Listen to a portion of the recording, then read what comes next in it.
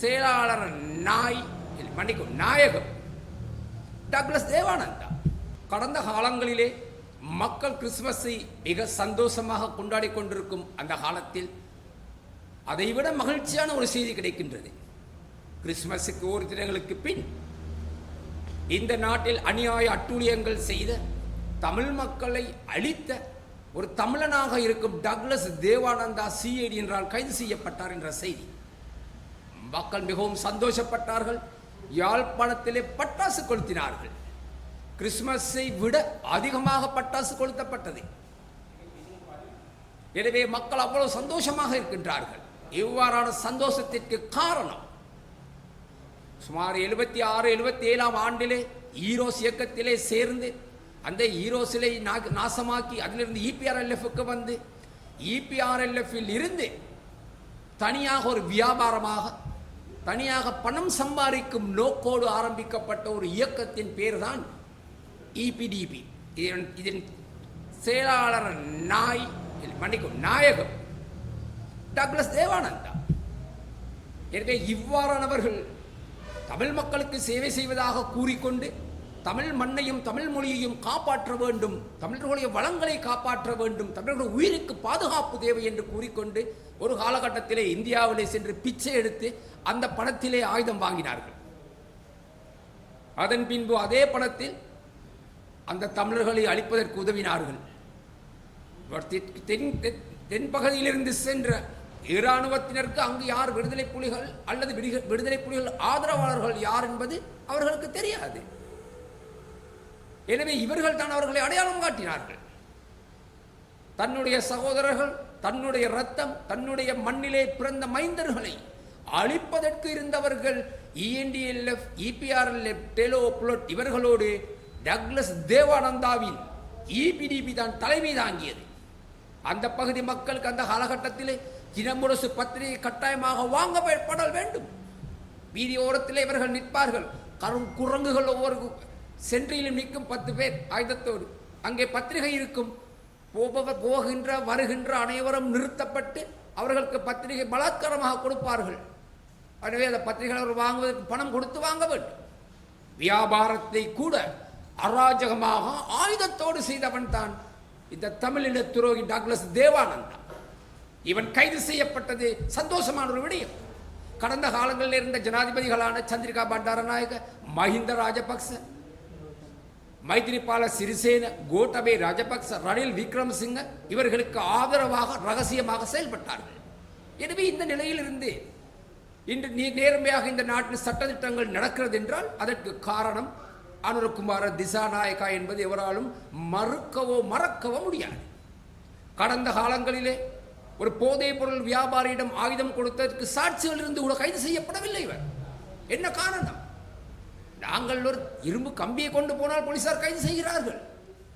எனவே போலீசார் மேல் குறை கூற முடியாது. இதற்கு ஜனாதிபதிகளின் அழுத்தத்தின் காரணம் போலீசார் அமைதியாக இருந்தார்கள். ஆனால் அதே போலீசார் தான் இன்று இவரை சிஐடியில் கைது செய்திருக்கின்றார்கள். காரணம், ஜனாதிபதி அனுரகுமார திசாநாயக்கா அவர்களை போலீசாரை அவர்களுக்கு தேவையான விதத்தில் நேர்மையாக நியாயமாக செயல்படுவதற்கான சந்தர்ப்பத்தை வழங்கி இருக்கின்றார். கடந்த காலங்களில் போலீசார்கள் அடிமைகளாக இருந்தார்கள். இதுதான் உண்மையான காரணம். எனவே இவ்வாறான காரணத்தில் இருந்து மக்களை காப்பாற்றி தீயவர்களை சிறையில் அடைக்கும் என்பிபி அரசாங்கத்திற்கும் கௌரவ ஜனாதிபதி அனுரகுமார் திசாநாயக்காவுக்கும் நாங்கள் நன்றி தெரிவிக்கின்றோம்.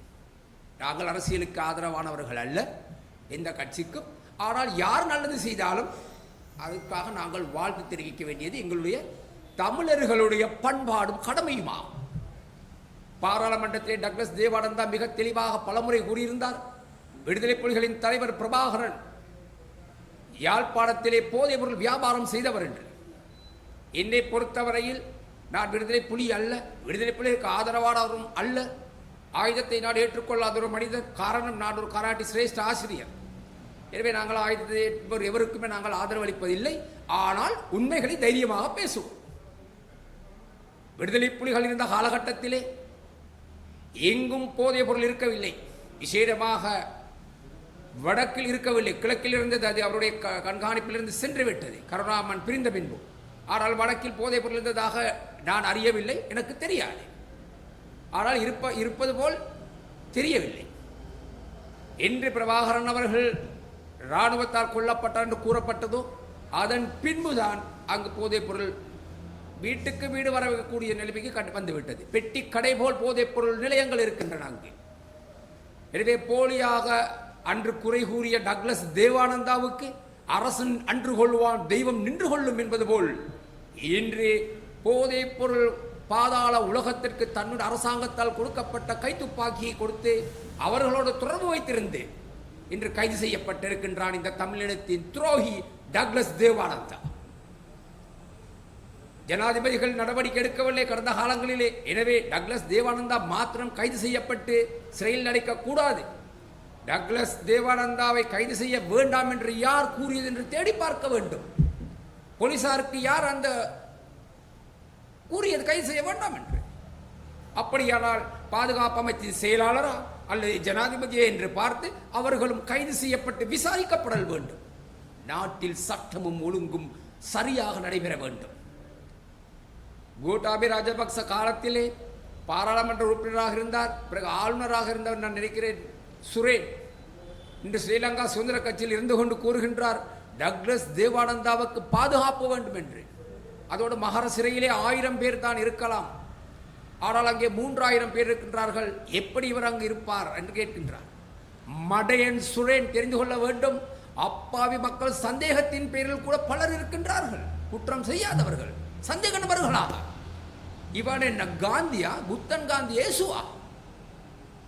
சகல சமூகத்தையும் அழித்து நாசமாக்கி நாசகார சக்தி. எனவே இவர் சிறையில் அடைப்பதில் எவ்விதமான பிரச்சனையும் இல்லை, அடைக்கப்படல் வேண்டும். சண்டியர்களை போல் நின்று பேசுகின்றது போலீசார் அல்லது எம்எஸ்டி இயக்கத்தில் இருக்கும் போது சண்டியர்களை போல் மக்களுக்கு பிரச்சனை கொடுப்பவர்கள் கைது செய்யப்பட்டவுடன் வைத்தியசாலைக்கு செல்லுகிறார்கள். இது வினோதமாக இருக்கின்றது. எனவே தேர்தல் ஆணையாளர் எதிர்வரும் காலங்களிலே இவ்வாறான நோயாளர்களுக்கு தேர்தலில் போட்டியிடுவதற்கு சந்தர்ப்பம் மறுக்கப்பட வேண்டும், கொடுக்கக்கூடாது. அப்படியானால் மாத்திரமே இந்த நாட்டில் உண்மைகள் தொடர்ச்சியாக செய்ய கூடிய ஒரு நிலை ஏற்படும். மேலதிக செய்திகளுக்காக எமது யூடியூப் தளத்தை சப்ஸ்கிரைப் செய்யுங்கள்.